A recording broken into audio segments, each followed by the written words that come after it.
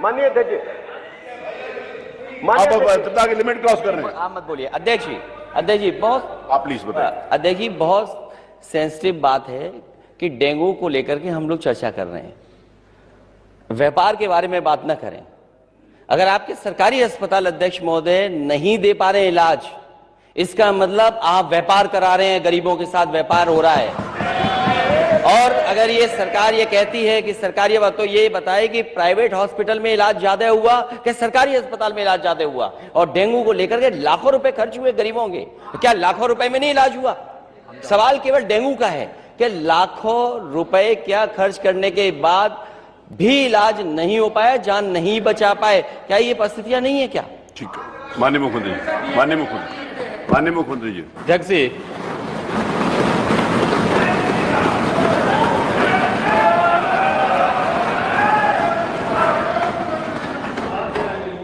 जैसा प्रश्न होगा वैसे उत्तर भी आ रहा है।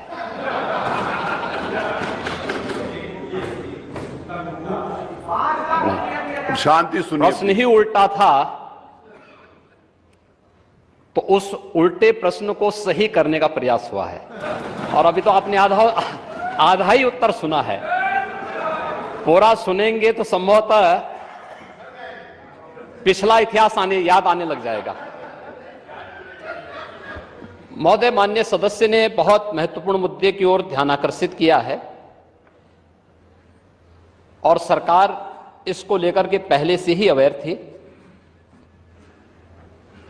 अंतर विभागीय समन्वय से संचारी रोग नियंत्रण के लिए आपने केवल डेंगू की बात की है। जब वेक्टर बॉर्न डिजीज की हम बात करते हैं तो केवल डेंगू उसमें नहीं आता है। वर्मा जी, आप तो चिकित्सा शिक्षा के मंत्री रहे हैं ना, तो केवल डेंगू नहीं आता उसमें, मलेरिया भी है, चिकुनगुनिया भी है, कालाजार भी है। इन सभी से संबंधित वेक्टर बॉर्न डिजीज हो या फिर वाटर बॉर्न, जल जनित हो या फिर विषाणु जनित कोई भी बीमारी हो, इनके उपचार के लिए सरकार के स्तर पर एक समन्वित प्रयास किया गया है।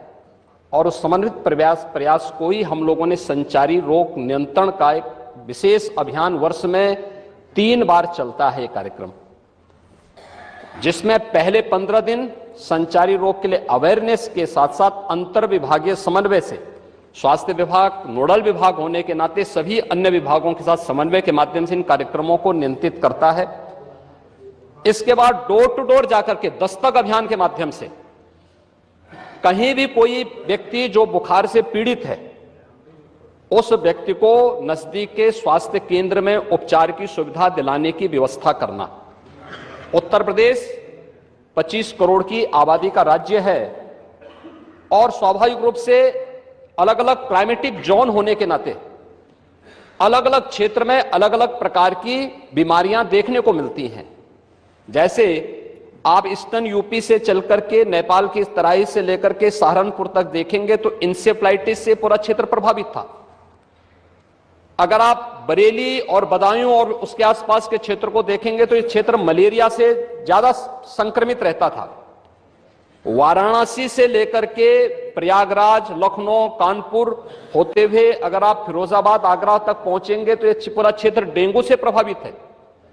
अगर बुंदेलखंड क्षेत्र में अगर आप देखेंगे तो ये क्षेत्र चिकुनगुनिया से प्रभावित है। बिहार से सटे हुए जो हमारी सीमाएं हैं वहां पे हम देखेंगे तो कालाजार इन क्षेत्रों में ज्यादा प्रभावी रूप में देखने को मिलता था। और सरकार के द्वारा जो समन्वित प्रयास किया गया है, आपने केवल डेंगू की चर्चा की, बीमारी डेंगू पूरी तरह नियंत्रण में है और सरकार के द्वारा समय पे उठाए गए कदमों का परिणाम था। एक प्रकार का ये फ्लू हो गया है, फ्लू है, आता है, इसका एक अपना एक साइकिल इसका होता है। लेकिन मुझे आश्चर्य होता है कि जो सदस्य यहां पे प्रश्न उठा रहे थे, अब एक बहुत सीनियर सदस्य हैं, वो तो जब चिल्ला रहे थे तो मुझे उनके स्वास्थ्य की भी चिंता हो रही थी, रविदास मल्होत्रा जी की। उसको आपने जो बात कही है वह ब्लड ट्रिप नहीं था, उसको प्लेटलेट्स कहते हैं, ठीक है ना, प्लेटलेट्स कहते हैं। और वह पर्याप्त मात्रा में हर जनपद में आज के दिन पे उपलब्ध है। ब्लड सेपरेटर यूनिट, पहले होता क्या था कि हम होल ब्लड चढ़ाते थे। हर एक पेशेंट पे होल ब्लड की आवश्यकता नहीं, खासतौर पर वायरल जनित जो ये बीमारियां होती हैं जिसमें डेंगू है या बहुत सारे ऐसे वायरस आते हैं जो प्लेटलेट्स काउंट को कम करती हैं, उन स्थितियों में प्लेटलेट्स की अतिरिक्त आपूर्ति के लिए उस व्यक्ति को उसको बाहर से चढ़ानी पड़ती है। इसके लिए हर जनपद में ब्लड सेपरेटर यूनिट दी जा चुकी है, वे काम करनी शुरू की है। वहां पे हर जगह सरकार के स्तर पर बेहतर प्रयास हुआ है। और जहां तक नेता प्रतिपक्ष के द्वारा यह कहा जाना कि साहब प्राइवेट हॉस्पिटल में, याद रखना डबल इंजन की सरकार है, ये केवल बोलती नहीं करके दिखाती भी है। प्रदेश के अंदर 10 करोड़ लोगों को आयुष्मान भारत और मुख्यमंत्री जन आरोग्य योजना के अंतर्गत 5 लाख रुपए सालाना स्वास्थ्य बीमा का कवर भी ये सरकार उपलब्ध करा रही है। वह किसी भी पैनल्ड हॉस्पिटल में, वह सरकारी हो, सरकारी में सारी सुविधाएं फ्री में हैं, लेकिन किसी भी प्राइवेट हॉस्पिटल में जाता है तो वहां वे सुविधाएं मिल रही हैं।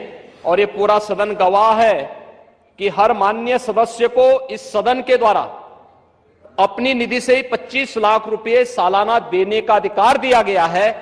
और यही नहीं, मुख्यमंत्री राहत कोष से हम चेहरा देख करके पैसा नहीं देते हैं।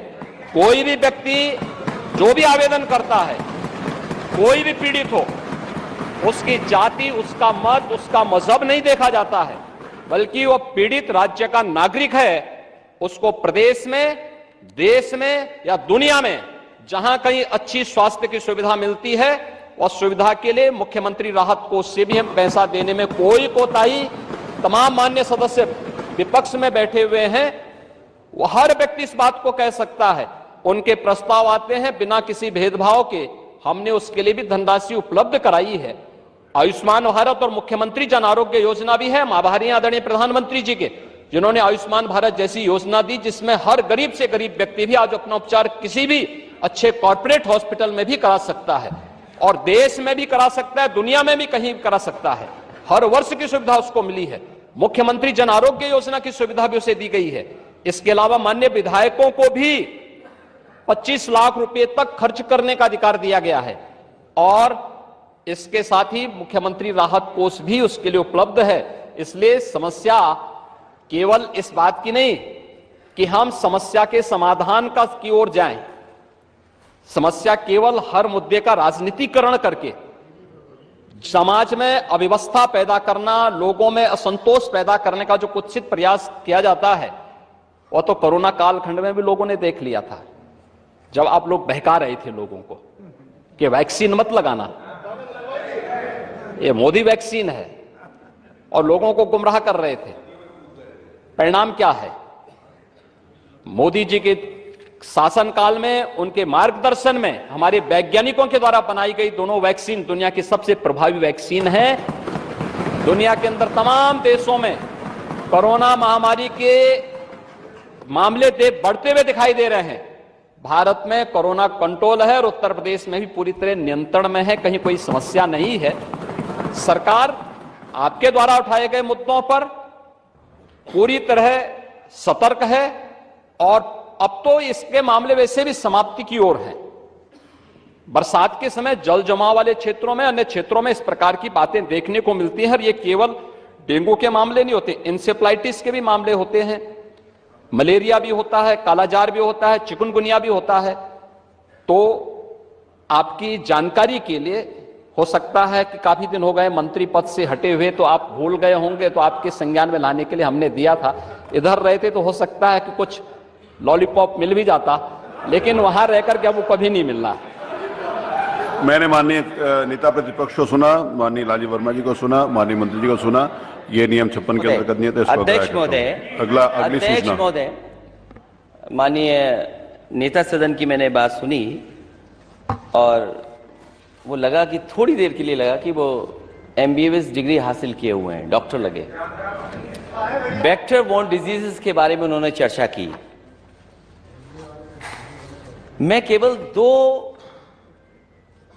घटनाएं बताना चाहता हूं राजधानी लखनऊ की, राजधानी लखनऊ की, और इनकी सरकार की नाकामी, इनके हॉस्पिटल्स की व्यवस्था, आप बता चुके डॉक्टर्स का हैं, उसका जवाब आ इंतजाम। गया। एक पूर्व सांसद, वो बता चुके वो भी हैं। भारतीय जनता आप पार्टी उसको के, बोल चुके हैं। भारतीय जनता पार्टी पूरी तो आप उसको भारतीय बोला जनता पहले। पार्टी के, वो हमारे दल के नहीं, नहीं, आप पूर्व उसको बोल चुके हैं। सांसद भारतीय जनता पार्टी के, वो अपने बेटे को लेकर के आते हैं, उनके बेटे को ये जानकारी मिलती है कि इसका इलाज अगर जल्दी नहीं हुआ तो जान Unfortunate नहीं था, उसकी बचेगी। जानकारी वो है एक सरकार को, आप अस्पताल उसको से बोल भी चुके हैं। दूसरे अस्पताल भागे और इलाज के लिए वो एडमिट नहीं करा पाए और उनके बच्चे की जान चली गई। इसका जवाब क्या है डबल इंजन की सरकार के पास? वो और आप दूसरा, बोल चुके हैं। पीजीआई से लोहिया संस्थान केजीएमयू 9 घंटे एम्बुलेंस में बच्चा बना रहा, 9 घंटे, और उसकी जान नहीं बची। उसके ये खिलाफ डबल कार्रवाई इंजन की कर रहे हैं। सरकार। उसके- ये उसका सरकारी संज्ञान लेते हैं। संस्थाओं को इसलिए नहीं मजबूत कर रहे हैं क्योंकि ये प्राइवेट संस्थाओं को बढ़ावा देना चाहते मैं उसको हैं। अग्राह्य आज पूरे करता हूं। उत्तर प्रदेश में सरकारी संस्थाओं में गरीब का इलाज नहीं है। अगर ये सरकार बताए, इतने दावे कर रही है सरकार, ये सरकार बताए कि एक जिला अस्पताल बनाया हो जहां पर गरीब का इलाज हो रहा हो, एक जिला अस्पताल, ठीक, चलिए। एक जिला अस्पताल अब अगली जहां सूचना गरीब देंगे। को पर्याप्त इलाज मिल जा रहा हो, वो बनाया इस सरकार ने, तो हमें बताएं अभी। जिला अस्पताल एक ही होता है। अगली सूचना माननीय मनोज कुमार पांडे।